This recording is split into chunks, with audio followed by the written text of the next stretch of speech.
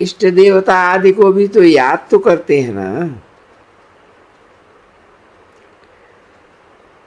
उनकी याद से तो कुछ मिलता नहीं है। बाबा बार बार हर बात पर समझाते रहते हैं, जो कि कोई ये नहीं कहे कि हमको तो इस बात पर समझाया ही नहीं, बताया ही नहीं है। तुम बच्चों को पैगाम भी सबको देना ही है। एरोप्लेन से भी पत्र गिराने के लिए कोशिश करना है। उसमें लिखो कि शिव बाबा ऐसे कहते हैं। ब्रह्मा भी शिव बाबा का बच्चा है। प्रजापिता है तो वो भी बाप, तो ये भी बाप। ब्रह्मा द्वारा स्वर्ग की स्थापना करती है। ये लड़ाई तो विनाश के लिए है।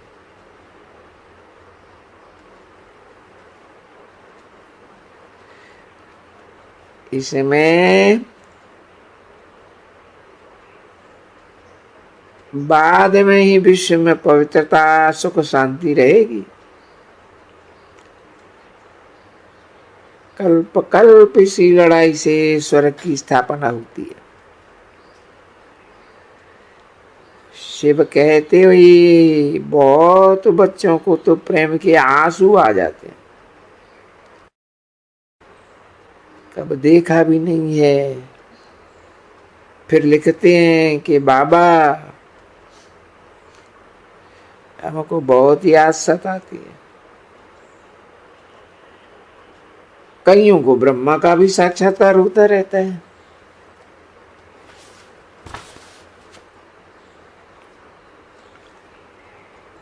और अक्सर करके बच्चे भाषण करने जाते हैं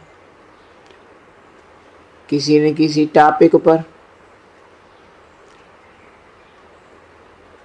14 मई 1967 की रात्रि क्लास का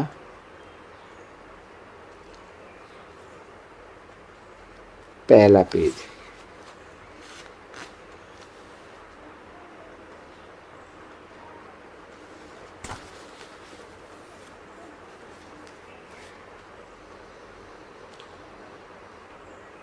आजकल तो खास विश्व में शांति कैसे स्थापन हो उस पर चलता है।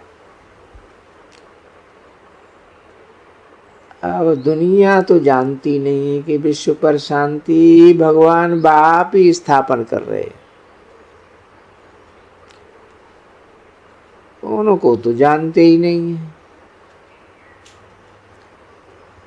सर्वव्यापी भीतर ठिक्कर में कह दी थी। यही है कि दुनिया में अशांति है। अब विश्व में शांति कैसे हो? इसलिए पीस प्राइज भी बहुतों को मिलता है। तुम बच्चों को भाषण में ये समझाना है कि विश्व पर शांति कैसे हो। उनकी बुद्धि में है कि ये जो इतने धर्म हैं वो सब आपस में मिलकर एक हो जावे। अब सभी धर्म मिलकर एक तो कभी होते नहीं। हाँ, ये हो सकता है कि एक धर्म ही हो। इन बातों को तुम बच्चे ही समझते हो। तुम्हारे में भी कोई कोई भाषण लायक है? बोलो। सभी यही चाहते हैं कि विश्व में शांति कैसे हो, क्योंकि अशांति में दुख, शांति में सुख होता है। मनुष्य चाहते हैं सुख शांति दोनों। एक है शांति धाम, दूसरा फिर है सुख धाम और दुख धाम। हम जो ब्रह्मा कुमार कुमारी हैं वो है ही प्रजापिता ब्रह्मा की संतान। ब्रह्मा बल्द शिव बाबा, ब्रह्मा शिव बाबा का बच्चा है। ऊंचे ते ऊंचे शिव बाबा की महिमा करनी है। सभी आत्माओं का वो बाप है। सब आत्माएं ब्रदर्स हैं। आत्माओं के रहने का स्थान है ही शांति धाम। यहाँ शरीर धारण करके पार्ट बजाते हैं। आत्मा अलग हो जावे तो पार्ट नहीं चल सकेगा। घर है ही शांति धाम। अब एक तो शांति धाम वो है, यहां है अशांति। करोड़ों मनुष्य हैं, लड़ाई झगड़ा बहुत है। दूसरी शांति होती है स्वर्ग में, जबकि धर्म ही एक रहता है।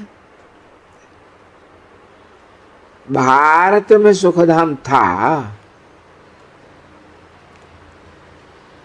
आत्माएं सब शांति धाम में रहती थी।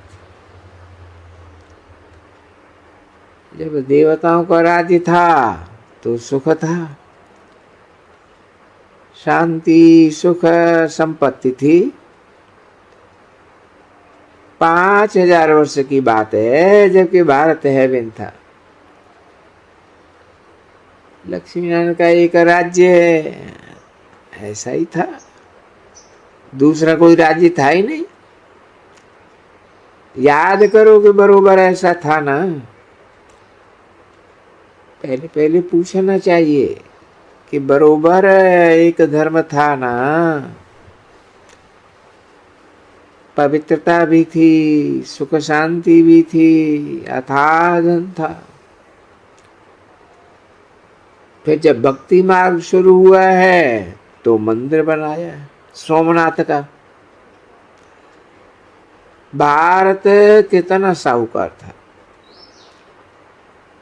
सोने के महल थे, और तो कोई धर्म था ही नहीं। तुम्हारे दिल में जो है वो तो और कोई के दिल में नहीं।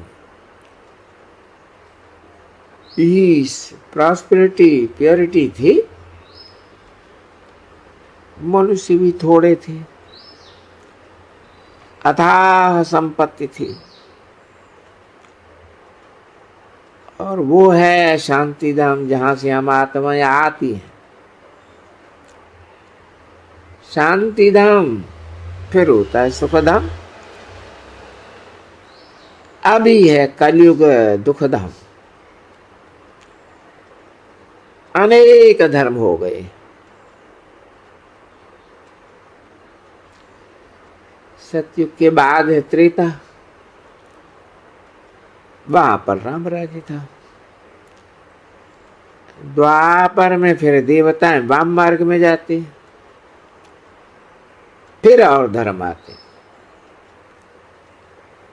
सतयुग में पवित्रता, सुख शांति, संपत्ति सब कुछ था। सुखधाम था ना, फिर दुखधाम हुआ।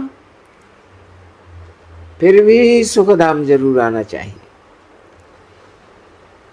पहले शांति धाम जाना पड़े, परंतु पतित आत्माएं तो जा ही नहीं सकती। गाते भी हैं कि हे पतित पावन आओ। बाप कहते हैं कि तुम पावन थे, फिर तुम पतित बने हो, आत्मा में खाद पड़ी है। आत्मा जो सच्चा सोना थी वही अब प्योर बन गई।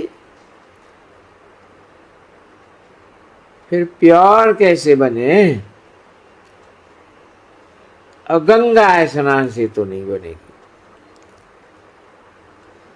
एवर प्योर जो पतित पावन बाप है उनको ही आना पड़े। बाप कहती है मामेकम याद करो तो तुम सतो प्रधान बन जाएंगे।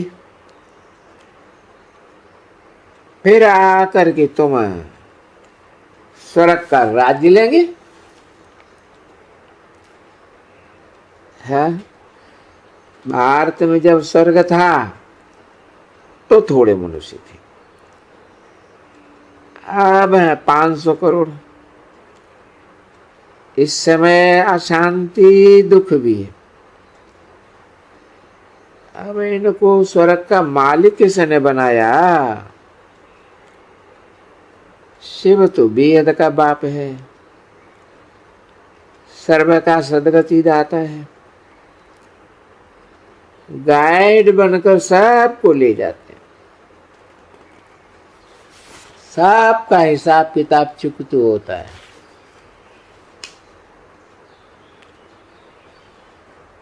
ये है ही पुरुषोत्तम संगम युग।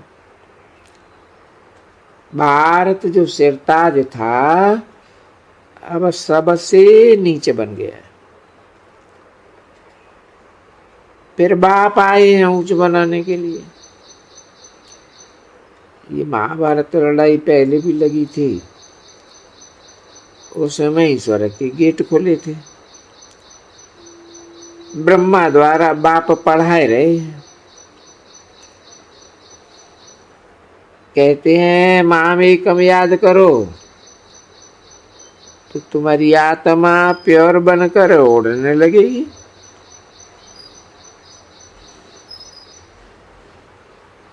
पतित आत्मा कोई वापस नहीं जा सकती है। बाप ही आकर के सबको वापस ले जाते हैं। सतयुग में थोड़े ही होते हैं, यहां पर तो बहुत है। अब जब बहुत है तो विनाश तो जरूर हो रहा होगा। ओम शांति।